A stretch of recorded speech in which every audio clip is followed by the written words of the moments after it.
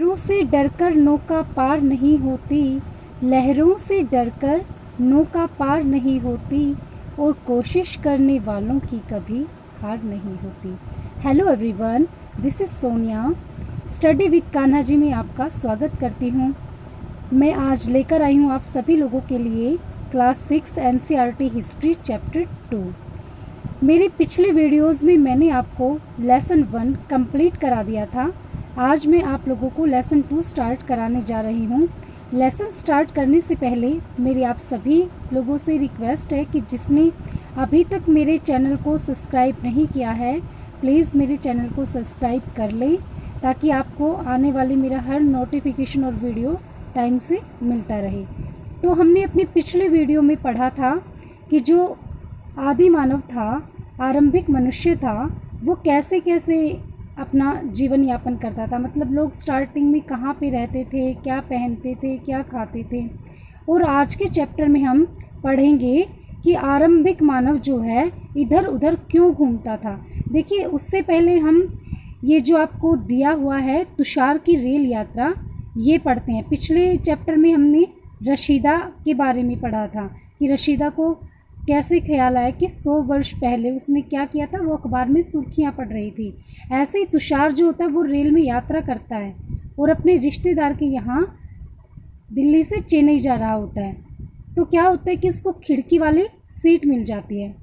जी हाँ स्टूडेंट्स, कई बार आप लोग भी जब ट्रैवल करते हैं तो आप लोग ये सोचते हैं कि काश मुझे खिड़की वाली सीट मिल जाए, मैं सारा बाहर का नज़ारा अच्छे से देखूं। तो ऐसे ही तुषार खिड़की वाली सीट पर बैठा होता है और बाहर का नज़ारा देखने में वो मगन हो जाता है।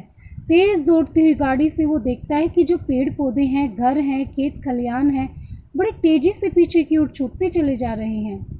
तभी उसके चाचा जी जो होते हैं, उन्होंने उसके कंधे पर हाथ रख दिया और कहा कि पता है, लोगों ने मात्र 150 साल पहले रेल से यात्रा करनी शुरू की थी, बस तो इसके कुछ दशक के बाद में आई थी।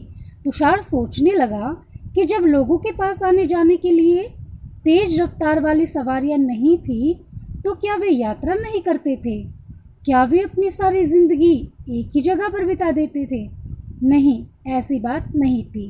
तो हाँ स्टूडेंट्स, कई बार ऐसी तरह के जो विचार हैं वो आप लोगों के मन में भी आते होंगे।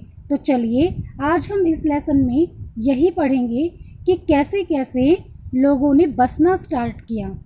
तो आप ये देख पा रहे हैं कि जो आरंभिक मानव आखिर वे इधर उधर क्यों घूमते थे।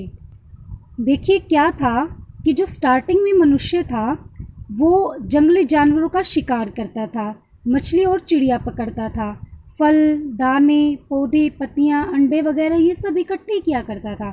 और इसी के बेस पे इनका नाम क्या पड़ा? आखेट खाद्य संग्राहक। अब ये क्या करते थे, ये लोग जो होते थे वो एक जगह से दूसरी जगह पर घूमते रहते थे। अच्छा, वो क्यों घूमते थे? उसके कई रीजंस होते थे।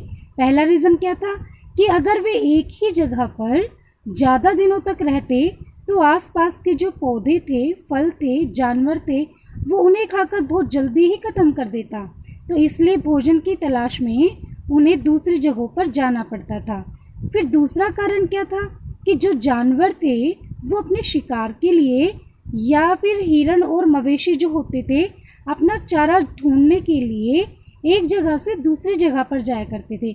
और जो ये लोग होते थे, आदि मानव जिसको बोलते हैं, आरंभिक मानव जिसको बोलते हैं, वो इन जानवरों का शिकार करने वाले जो होते थे, ये लोग इनके पीछे पीछे जाया करते थे।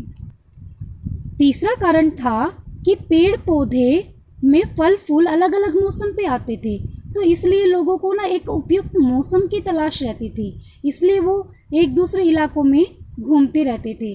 चौथा कारण ये था कि पानी के बिना तो आप लोगों को पता है कि कोई भी मनुष्य, कोई भी प्राणी, कोई भी पेड़ पौधा जीवित नहीं रह सकता।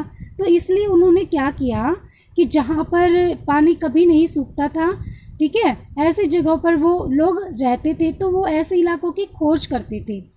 फिर बात आती है आपकी नेक्स्ट टॉपिक की कि आरंभिक मानव के बारे में जानकारी कैसे मिलती है। तो मैंने आपको अपनी पिछली वीडियोस में भी बताया था बच्चों कि पुरातत्वविदों को कुछ ऐसी वस्तुएं मिली हैं जिनका निर्माण और उपयोग आखेटक खाद्य संग्राहक किया करते थे। मतलब वे लोग क्या करते थे कि अपने काम के लिए पत्थरों, लकड़ियों और हड्डियों के औजार बनाते थे।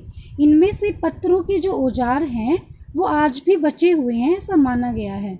इनमें से कुछ औजारों का उपयोग वे क्या क्या कहाँ कहाँ पे इन औजारों का उपयोग करते थे कि फल फूल काटने के लिए, हड्डियाँ और मांस काटने के लिए, पेड़ों की छाल, जानवरों की खाल उतारने के लिए ये लोग इन औजारों का उपयोग किया करते थे। अच्छा, कुछ के साथ तो हड्डियाँ तथा लकड़ियों के मुट्ठे लगाकर भाले और बाण जैसे ये लोग हथियार भी बनाते थे। इनसे क्या होता था कि कुछ औजारों से तो लकड़ियाँ भी काटी जाती थी और लकड़ियों का जो उपयोग था वो ईंधन के साथ साथ झोपड़ियाँ और औजार बनाने के लिए ये लोग करते थे। अच्छा, आप लोग ये जो चित्र में देख पा रहे हैं, इनमें क्या था कि ये पत्थर के औजार थे। अब बाई और जो आपको दिखाई दे रहा है ना, इसमें क्या करते था वो इंसान कि खाने योग्य जड़ों को खोदने के लिए इसका यूज़ करता था। और जो आपको दाईं ओर चित्र दिखाई दे रहा है उसमें क्या था कि जानवरों की खाल से बने वस्त्रों को सीलने के लिए ये उपयोग में लाया जाता था।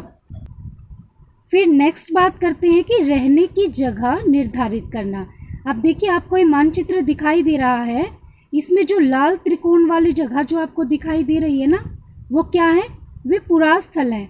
मतलब यहाँ पर जो आखेट खाद्य संग्राहक होते थे उनके होने के प्रमाण मिले हैं। इनके अलावा कुछ और भी ऐसे स्थान हैं जहाँ पर ये लोग रहा करते थे। ये लोग मेनली ये पुरास्थल जो होते थे वो कहाँ पे होते थे? नदी और झीलों के किनारे पाए जाते थे।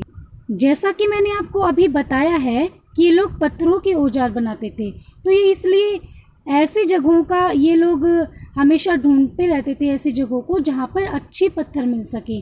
अभी देखिए, एक जगह है भीमबेटका, ये कहाँ पर पड़ती है? आधुनिक मध्य प्रदेश में। इस पुरास्थल पर क्या होता है कि गुफाएं और कंदराएं मिली हैं। लोग क्या करते थे कि इन गुफाओं में इसलिए रहते थे ताकि वे उन्हें बारिश, धूप और हवाओं से बचा सके। और ये गुफाएं आपको कहाँ पर मिलती थी? नर्मदा नदी के आसपास देखने को ये गुफाएं मिलती हैं। फिर बात आती है कि पुरास्थल क्या होता है। पुरास्थल उस स्थान को कहते हैं बच्चों जहाँ औजार, बर्तन और इमारतें जैसी वस्तुओं के अवशेष मिलते हैं। ऐसी वस्तुओं का निर्माण क्या किया था? इन लोगों ने अपने काम के पर्पज से किया था और बाद में ये लोग इन चीज़ों को वहीं पे छोड़ के चले गए थे। अब ये जो पुरास्थल होते हैं ना, ये ज़मीन के ऊपर, अंदर, कभी कभी समुद्र और नदी के तल में भी पाए जाते हैं।